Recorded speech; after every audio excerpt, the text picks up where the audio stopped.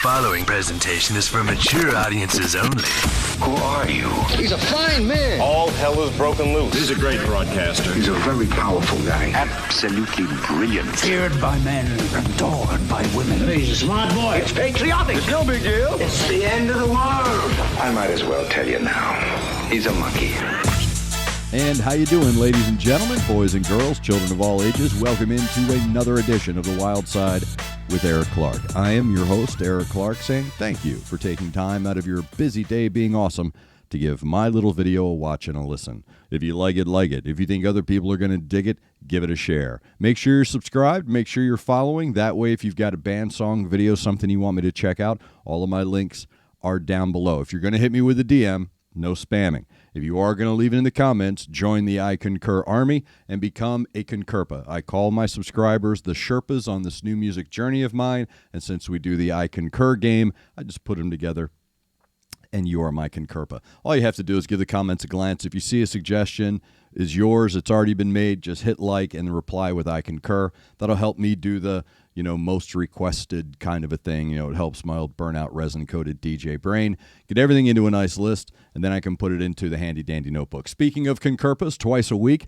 it is the gathering of the Concurpas. We are live streaming Wednesdays 11 a.m., Saturdays 2 p.m. Central Time.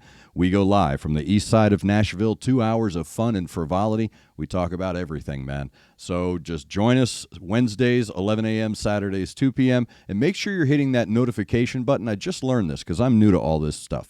Hit the notification button because sometimes I do a pop-up live stream where on a Friday night or a Monday afternoon or something like that, I'm like, I feel like going live.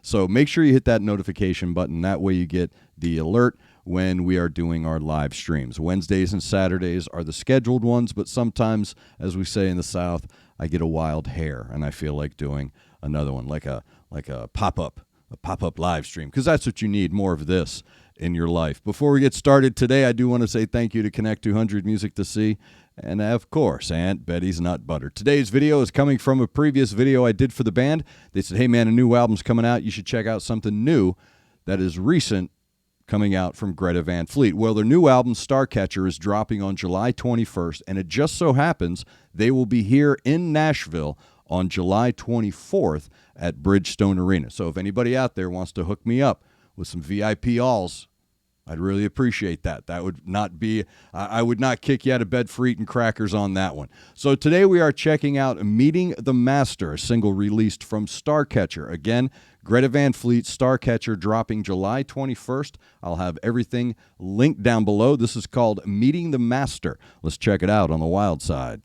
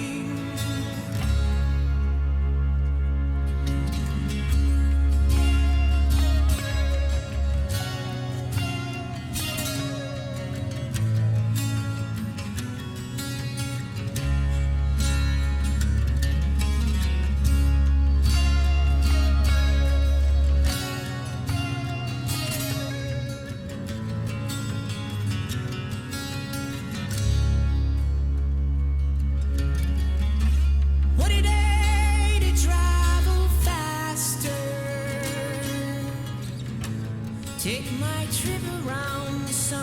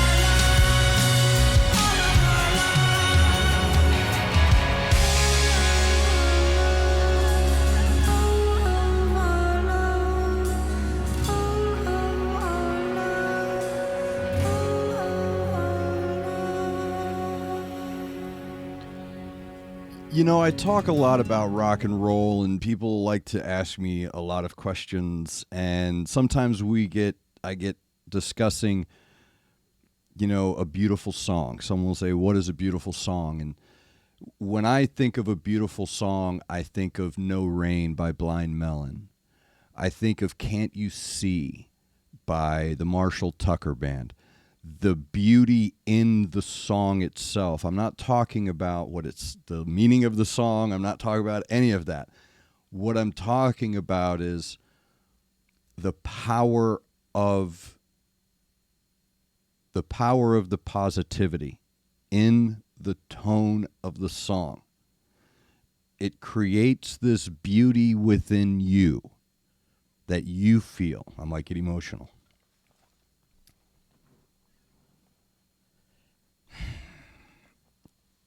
I wrote down specifically universal, right?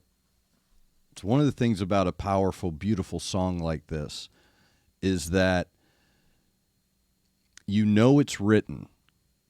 Very rarely do people write songs from the perspective of you, right? I mean, that would be silly, right? Sometimes they do. Sometimes they just write songs to record songs.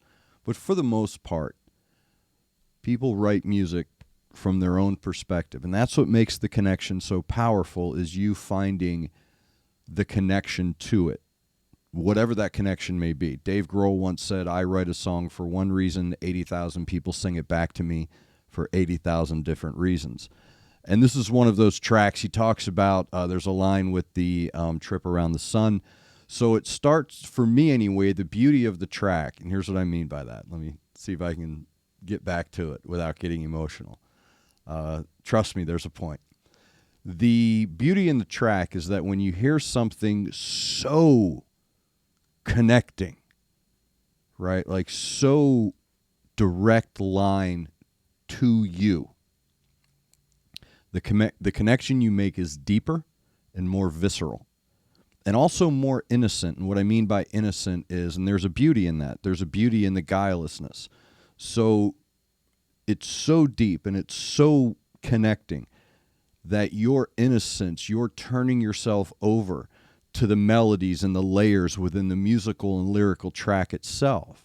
Once you turn yourself over to all of that and you become caught up in that, you go on this introspective journey almost. I do anyway. When you turn yourself over, you tell yourself a story about yourself. And that's what makes that connection for you, is I'm going to tell the story of this song through my eyes and through my ears. And then I'm so turned over to it that I start to unwittingly realize how lucky I've been to exist. Because you get to hear music like that. It's difficult. Because I do think of my late wife and how connected we were to our music, and how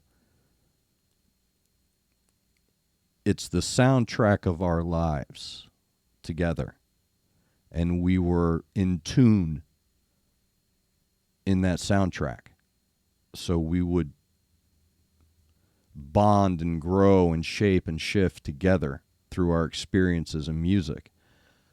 So you feel lucky. I'm lucky to have existed at all so that I could hear music like this. And it was being married to her and sharing that journey with her is what finally rung in my head how lucky I was. You know, because prior to that, I'm just hanging out with these bands, I'm listening to this music, and yeah, I'm connected, yeah, I'm telling these stories, but now I'm sharing a journey. And these songs make me miss her. So that's what makes the song so freaking good. It's not just the lyrics that are describing a connection that you're making through your own timeline. The way that they construct the music, and I really do want to talk about that, because this is the next iteration of Psychedelic Prague. So when I say Psychedelic Prague, I'm talking about like Fury in the Slaughterhouse, the Tea Party, Emerson, Lake and Palmer. Yes, I caught a lot of that color scheme here that I would catch listening to Yes. And the way that this track is laid out, when you pick up the Yes album, 90125, it's a tale of two sides, the album is. You've got one, and I'm going with sides because that's how old I am. You've got one side of 90125, which is very universal and broad in its appeal. Owner of a Lonely Heart, Leave It, Changes, all of that are on this first side. But then when you flip that tape over, you get into a more deeper element in the band. So the band is doing something deeper, right? Something deeper to them. So you make a deeper connection to it. So Cities and it's Heartbeats or something, City of Hearts, stuff like that. Those are deeper, more layered, more intricate, progressive sounds. And I was hearing that here. There was a bit at the beginning where it was almost purposely overmodulating, right? And that's how good these guys are. That's how really talented and in a pocket they are together, because they're creating things that should be audibly off. And I heard it, but yet I'm like, okay, but it fits. So it's very well done. The slow dropping of tempo and then the creation of a nice little thread between the changing of the tempo with that acoustic guitar. Normally you've got a bass and a drum that are creating the foundation of a track. And when I mean foundation, what I mean is it's something, I know what a lot of people think it is, but I'm just telling you what I think it is because it may be different. I talk about the tether. The tether for the rest of the band. So while the tether is containing and maintaining one heartbeat through the track, everybody else can kind of ebb and flow throughout that tether. And what I found was that acoustic guitar, the way it would change and the way the progressions created this almost a stutter within yourself, super cool. And his vocals, look, Josh's vocals are of a different element. I think of like Jimmy Somerville from Bronski Beat. I think of dude from Simply Red, of course, Barry Gibb, the guy from Yes. The control that he has in that register, the control that he has in that key. Normally that would be a falsetto. That would be something that you could say is not that person. They're creating it. As well as they may be doing it, they're still creating something that isn't a part of them. Whereas with him, that's exactly who needs to be making that sound. There's no disconnect between his vocals, his harmony with the other instruments in the song, and where his layer is in the track, and controlling it. When I saw the live track and I'm watching his Adam's Apple during the live track, and it's like, yeah, dude, this cat is definitely controlling those notes. There's a danger zone here. And a lot of times these falsettos are controlled from above the danger zone in the mouth and in the jaws. Whereas here, that's coming from dude's soul, and it's coming from him. So there's a smoothness to the texture itself within the track. So all the drums and the bass and the guitars are making this really cool tapestry. In comes these vocals that go everywhere from the petting of the kitty to the hold you by the collars and scream in your face. But it's not a screech, right? And that's where someone could maybe not do that. It becomes a screech. So even his screams are super controlled, super passionate, super emotional. And that helps make that direct connection to you. So they're really smart, these kids are. They're very smart with how they're layering and how they're constructing. And I brought up Mad Season because I've always believed that Jerry Cantrell and Alice in Chains and Mad Season are brilliant at not just creating music, but understanding how to structure, understanding how to compose and create. Sometimes, you want that 2-minute, that kind of a thing. But for the most part, the deeper you go into yourself, the more ebb and flow you want to help you along, because that's how you're going to go. So they're really good at construction. That's why, again, you think of Alice in Chains, I think of Mad Season, I think of Emerson, Lake and Palmer. These are bands that are not only musically proficient, but the way that they create is super unique, and it stands out. The past few times I've heard them, I made one video where I wasn't allowed to publish it, so I can't tell you about that one. But that's what impresses me a lot about these kids, is that they really understand how to construct that ebb and flow without creating those sharp edges in the tone. So very well done. Greta Van Fleet, that is Meeting the Master from the album Starcatcher. It will be out July 21st, and they are playing Nashville July 24th. So, wink, wink, nudge, nudge, Greta Van Fleet. If you feel like hooking a brother up. Meeting the Master, Starcatcher, July 21st. Everything is going to be linked down below. Again, if you have something you want me to check out, hit me up with a DM or leave it in the comments. All of my links are down below, so make sure that you are following and you are subscribed. Hit that notification button when we do our pop-up live streams or when we do our regular live stream. You get notified and you don't want to miss the gathering of the Concurpas. Thank you to Connect 200 Music to See and Aunt Betty's Nut Butter. Thank you for taking time out of your busy day to give my video a watch and a listen. Make sure you're looking out for each other. Make sure you're looking out for your neighbor. Try to do at least one good thing a day. I am Eric Clark, and this has been The Wild Side.